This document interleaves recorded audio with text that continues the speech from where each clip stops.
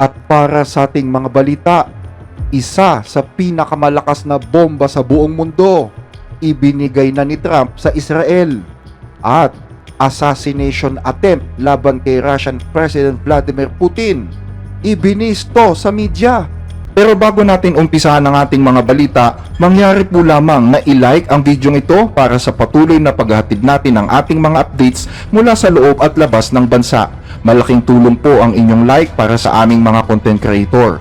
Maraming salamat po mga kababayan.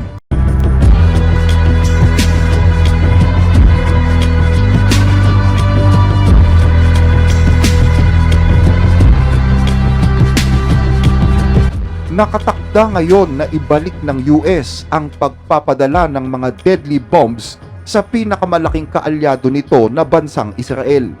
Kamakailan ay binawi ni Pangulong Donald Trump ang utos ni dating Pangulong Joe Biden na tigilan ang pagsusupply ng 2,000-pound Mk-84 o mas kilala bilang bunker buster bomb sa Israel. Ayon sa ulat, umaabot sa 1,800 Mk-88 bunker buster bomb ang nakatakdang i-deliver ng US sa Israel sa mga susunod na araw. Ayon sa pinakabagong datos, naglaan ang US ng nasa mahigit $22 bilyong na budget para suportahan ang mga military operations ng Israel mula pa noong October 7 taong 2023. Kritikal na bahagi ng suportang ito ay ang 2,000-pound Mk-84 bombs. Ang Mk-84 bombs ay dinisenyo ilang buwan matapos ang ikalawang digmaang pandaigdig. Itinuturing ito bilang pinakamalaki sa 80 series bombs ng Pentagon at tinawag itong bunker buster bomb dahil sa kakayahan nito na i-penetrate maging ang mga underground bunkers.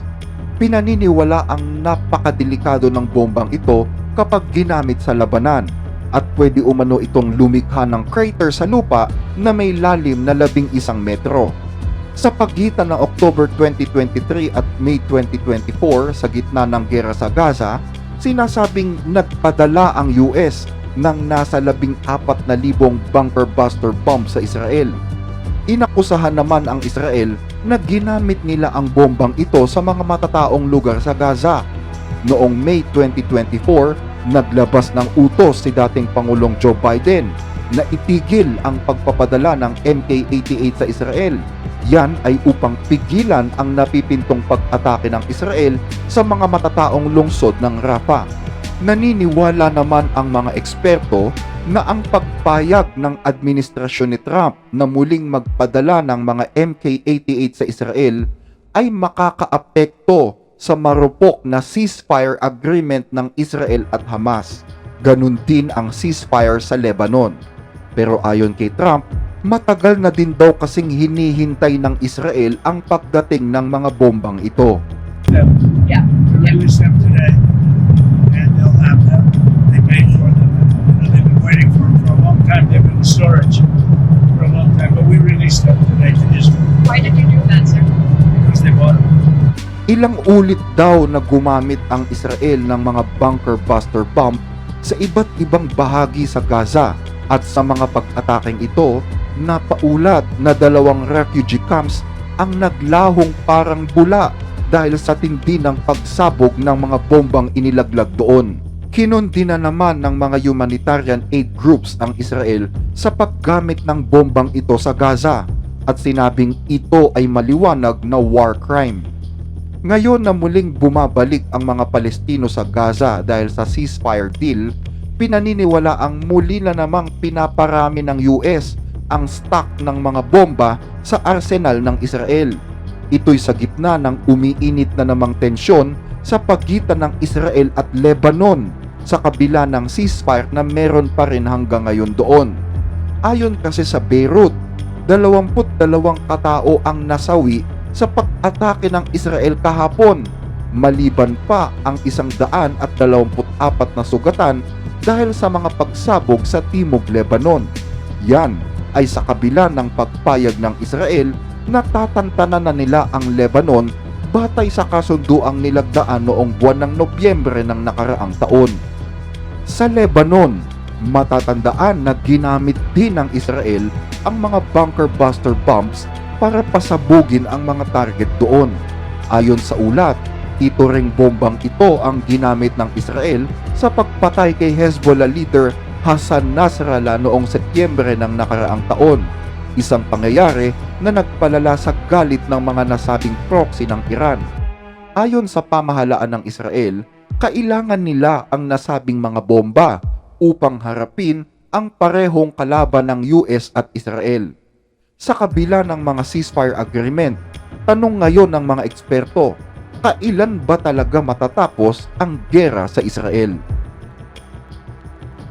At sa ibang balita, assassination attempt laban kay Vladimir Putin, ibinisto sa media. Kahapon ay inilantad ng isang prominente at konserbatibong American journalist at Fox News anchor na si Tucker Carlson ang isang pasabog na akusasyon laban kay dating US President Joe Biden at sinabing pinlano daw ng dating administrasyon na ipapatay si Russian President Vladimir Putin. Ang nasabing akusasyon ay inilantad ni Carlson sa kanyang panibagong episode sa The Tucker Carlson Show podcast. Yan ay habang nakikipag-usap siya sa isa pang batikang manunulat at journalist sa Amerika na si Matt Taibbi. Ayon kay Carlson, isa umano si dating US Secretary of the State Antony Blinken sa mga taong nasa likod ng nagaganap na digmaan sa Ukraine at may planong iligpit si Vladimir Putin. Tahasang sinabi ni Carlson na sinubukan daw umano na iligpit ng administrasyon ni Joe Biden ang kasalukuyang Pangulo ng Russia at sinabi pang kabaliwan ang nasabing plano. Ayon kay Carlson, ang paggawa ng gulo ang siyang nagsisilbing proteksyon sa dating administrasyon. I think that's one of the reasons that Tony Blinken was pushing so hard for a real war, trying to kill Putin, for example, which the Biden administration did. They tried to kill Putin. Really? Yes, yes, they did. Wow. Which is insane. If like, okay, so who takes over Russia? Right. And what happens to the nuclear arsenal in a country that's like so complex, outsiders can't even understand? I mean, you live there, you know. But Yeah. that's demented that you would even think of something like that. Absolutely. So why were they? Because chaos is a screen that protects them. I mean, I don't know this. That's just like watching what they're... Naniniwala ang mga eksperto na mahalagang tandaan na ang mga sinasabi ni Carlson ay walang konkretong ebidensya na sumusuporta dito at ang kanyang statement ay sinasabing nagdudulot lang daw ng malaking kontrobersya.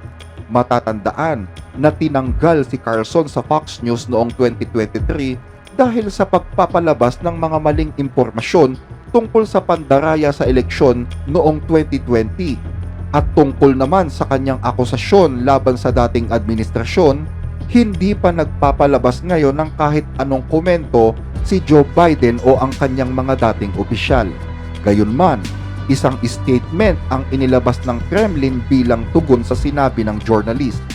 Ayon kay Dmitry Peskov, tagapagsalita ng Kremlin, ginagawa naman daw ng special services sa Russia ang lahat ng bagay upang masiguro ang kaligtasan ni Vladimir Putin.